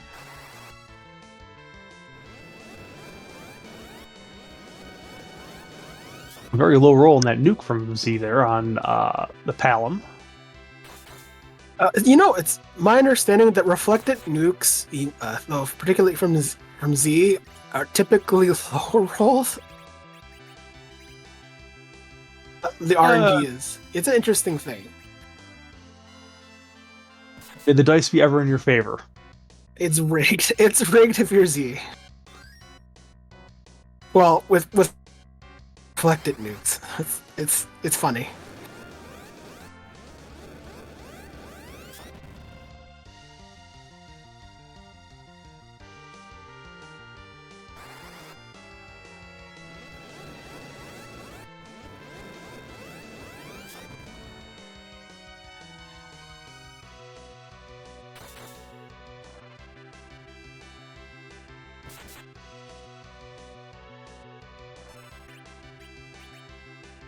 One of the interesting thing about the Z fight is that talked about the refill and trying to avoid it. Well, when you trigger it, so it has his script about his second phase script Well, And there's a crack boom anyway, so we didn't even see the rocks tonight. I think we feel cheated here. Skillet 2 is holding the magma key as a bit of random trivia there. but where's the pan then? It has that. He had a leg on the throne of Baron with the tower key. Oh, it's probably in the tower. That's what it would have to be at that point, right? What's that now? The pan would have to be in the tower, right? At that point? Oh, no, the pan was in the ribbon room. We just never checked it. Yeah, it was Pan and Pinktail in the ribbon room. Did not see Z anywhere in the. I'm sorry, G actually in any of these spoiler logs. We will see if Soapbox wants to do an interview or not.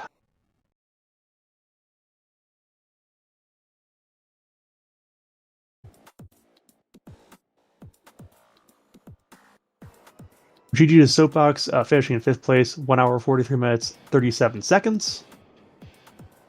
You need to both all the runners, especially the ones on restream.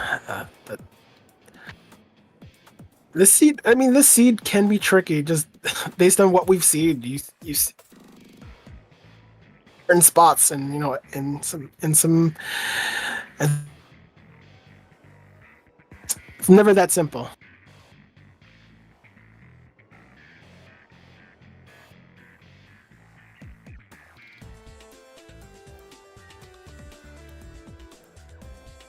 So, yeah, we don't know where the pass was. I never saw it there.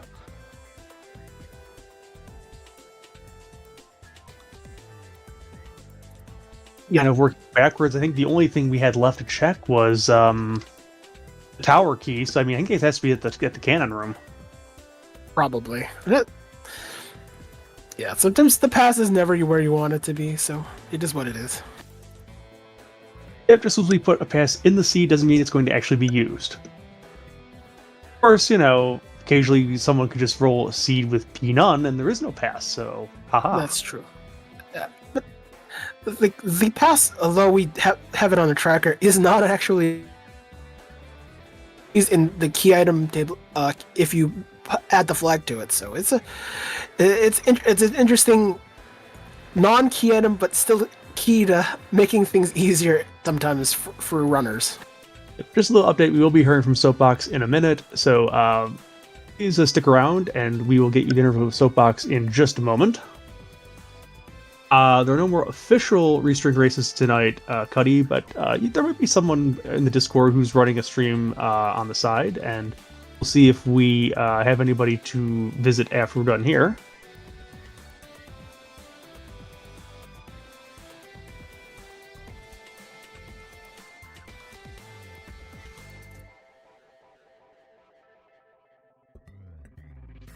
Also, GG's to Onemus, who is finished in 6th place, a time of 1:46.46.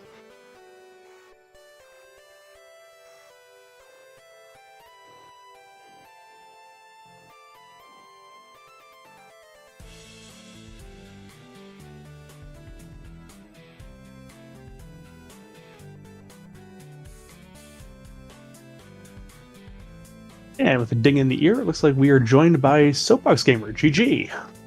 GG's, guys. How's it going? Oh, it was a good race, I think. We saw a lot of the world with the way the key items are laid out there. What'd you think of it? Aside from me spotting everybody 10 minutes sitting at Hobs with CPU, I mean, other than that, yeah, it was a little bit of a trek, but I think it was a pretty clean race. It's just, just a couple mistakes basically cost me in it top 3.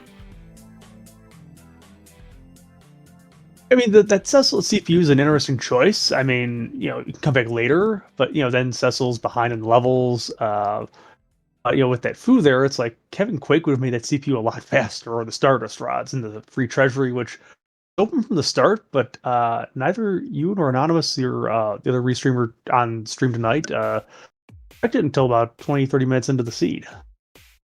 Yeah, I would have felt okay with that play if I didn't go up ordeals and there was another one sitting there. So I started laughing. Yeah, it works that way sometimes. What are you gonna do? Rando gonna rando. No, just get through, keep it clean, and then at that point you start feeling a little bit behind, so you start gambling in a couple spots. I mean, I thought my underground was pretty good. It's just not enough time I could make up, and then everything was so scattered. I didn't. At that point, once I finished the underground, I finished the Fey March. I kept thinking to myself at that point, like, do I just hit the gas and go to the moon, and Yep. I go up there and bottom up and have everything I need. So I'm glad I didn't wait forever to do that. So- I felt bad, but Yeah, speaking of that, I don't know if you checked your spoiler log, but what was your reason for not doing keyless?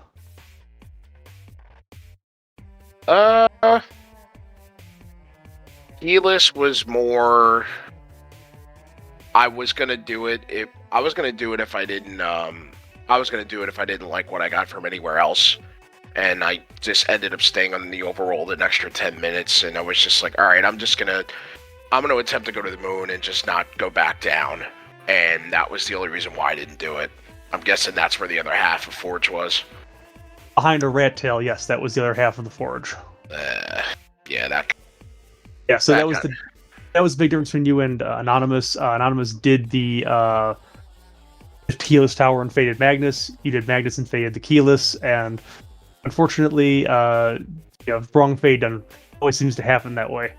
Yeah, usually it's the other way around for me where I get burned. I'm usually team no harp, and I don't know, I felt like it might have been there, and then obviously I end up with a sword, and and it's not even one I can use. So yeah, I kind of felt bad, but at least I was able to get through everything else. It was just it felt so scattered routing wise, but it makes me miss my practice. Before that, I was like, man, if I did that, I probably would have won this race.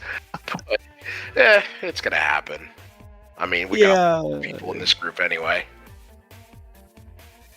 Yeah, true. And that's one of the great things sometimes about practice seeds. You do a great practice seed, and then it's like then the routing is just the opposite of the way the last seed went, or something like that. And this one had a few bounces. I mean, Kilo 1 was a zonk, but keyless was leading into value, and then if they went to the moon or to get the on the Earth, and you had to walk back to the moon because no one saw a pass.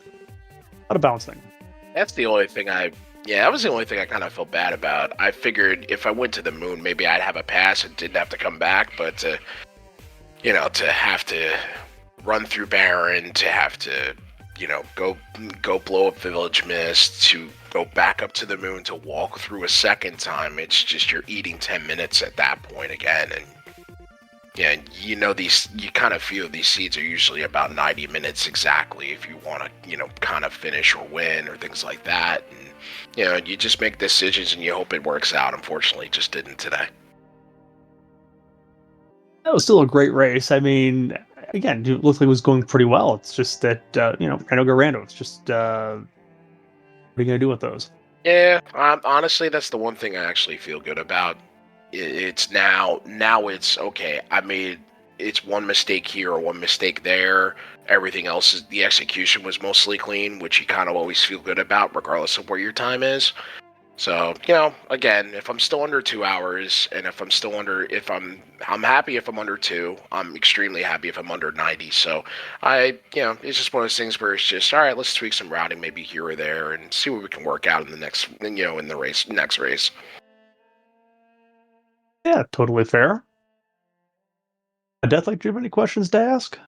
I guess the only question I have is, were you tempted at all to go to the moon, especially given where it was? Yes, it's very spicy crystal without going underground, as the hook route was required here. The seed.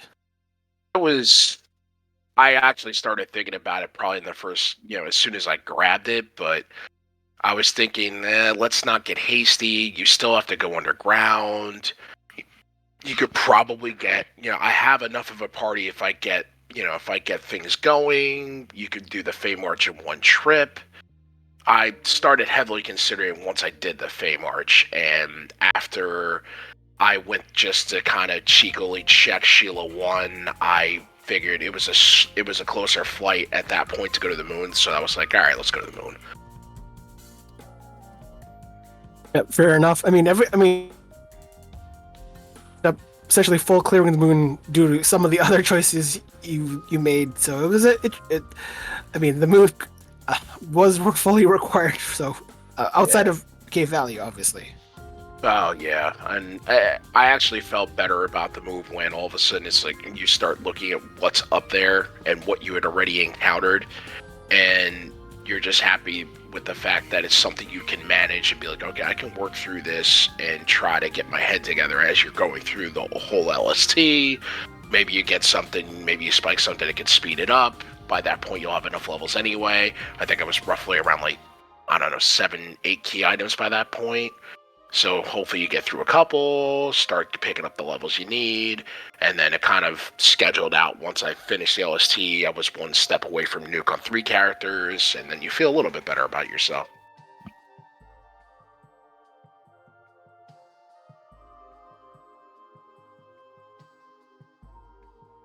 That's it from me. GG's again. Yeah, so great race, Soapbox, and hopefully we'll see you on stream again real soon. And if there's anything else you have to say tonight before we let you go. Oh no! GG's to everybody that joined tonight. Obviously great W. I appreciate you guys. I appreciate you all putting this together for the restream. As always, it is a pleasure and a privilege to be on these. And if there's any.